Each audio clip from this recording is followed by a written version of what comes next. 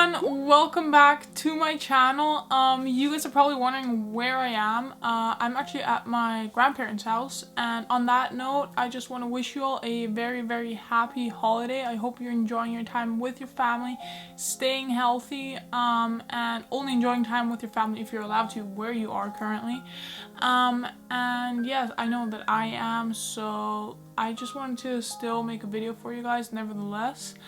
And in the name of the kind of holiday spirit, the first piece of content in today's Food for Thought episode is actually going to be about Christmas patterns. So I'm looking over here because I'm just going to grab my laptop and let's just start things off. So as I just said, this first article, it's actually on a site called Protocol, and the title is "It's the most wonderful time of the year, even for patents."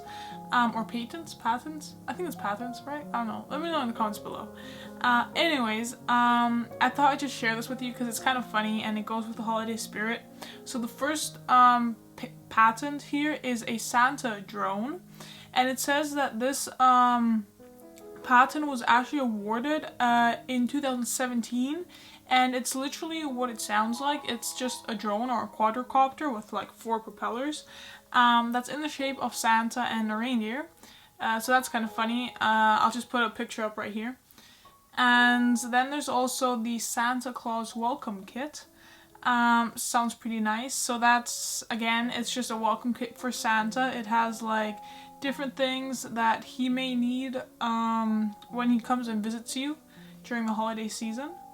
Then we also have the Santa decoder. So here it says that it's a light-up device that can be put into a stocking by the parents and can then turn on to announce that Santa has arrived. And that this device could also play a Christmas carol, so that is pretty neat. If you guys are interested in any of these, again, I'll leave the link down below. Who knows, maybe there's some random place where you can buy these things. If you find a place, let me know in the comments because that would be pretty awesome. Then there's also the Christmas tree fire sensor and extinguisher. So again, it's a pretty wacky looking fire extinguisher in the shape of a tree kind of. And then there's also the automated Christmas tree waterer, which sounds pretty interesting. Yeah, it just supplies your Christmas tree with water to keep it nice and lush. And we also have the, in case you guys haven't gotten enough yet, we also have the rotating Christmas tree. I'm not quite sure why you'd want to rotate your Christmas tree, but if that is something into, again, link is in the description. I'm sure you can find some pretty good deals on these things. Then there's also the electronic wreath with scent generator. So in case you just, you want your wreath on your front door to smell well, to not just be known as the neighbor with the most amazing Christmas decoration, but also as a neighbor with the best smelling Christmas decoration. That is something for you. There's also the bobblehead, which looks like a helmet in the shape of a Christmas tree ornament. So that's interesting. And then we have something called Christmas food. It looks like corn on the cob that has just the face of Santa basically kind of molded into it. So that's kind of creepy. We also have the Santa baseball cap, which is a baseball cap with like a Santa hat, sleeping hat thingy. I'll just put a picture on the screen, it's a lot easier. So yeah, those are the Santa patents or Christmas patents. Okay, so next up to something not quite as wacky.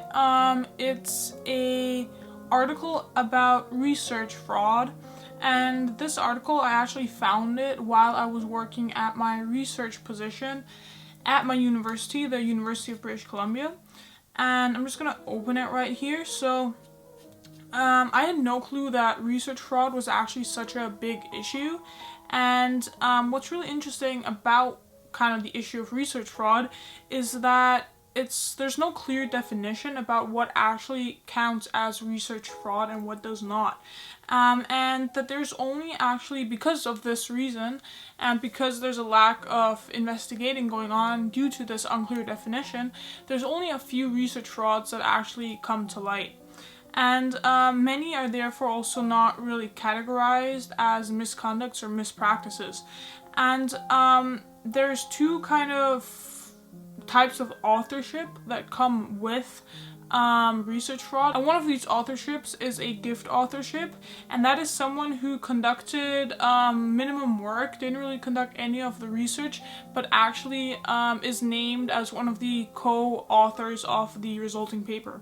And then another type of authorship that kind of links to research fraud is the ghost authorship, and here it says that that's someone who contributed a lot but is not actually listed, and this often happens to peer reviewers or members of faculty who end up really checking over the paper, checking over the research, ensuring that everything follows the guidelines which are necessary and goes according to plan and actually kind of produces a paper that makes sense. And these are often people that aren't actually named on the research paper. This article kind of argues that the responsibility to investigate these issues should move from universities and research bodies or educational institutions to the actual government. So this was an article on a site called Undark, and it's a opinion piece with the title, "It's Time to Get Serious About Research Fraud." Again, link is in the description down below. Okay, and before we end this Food for Thought episode,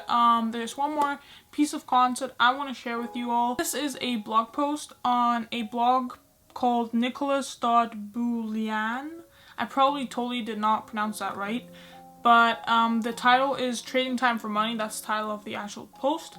And yeah, so this post just goes over a few kind of key ideas when it comes to managing your time and managing your money and how to kind of make the best use of both. So the first kind of little nugget of wisdom, I guess, in this blog post is that your time is worth less than you think. And I'm just gonna read out these like nuggets of wisdom. If you really want to dive into more about what each of these means and go into detail, go ahead. I definitely encourage you to read this article. Link is in the description. But I'm just gonna read these out and let you just kind of do with them whatever you want, if you want to take them to heart or not, or interpret them however you want. So the first one again is your time is worth less than you think. And then the second one is outsourcing costs more than you think. The third one is time is not a liquid asset. And then the fourth one, I think fourth, right? I don't know, maybe the fifth. I think it's the fourth though.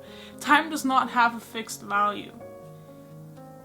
And then sixth or fifth, I don't even know, is the hidden benefits of doing it yourself. So here kind of the resume, I guess, or like the main point of the article is that outsourcing is all good and fun, but often you should also try and do things yourself and really build those skills if it's a skill that can be built up.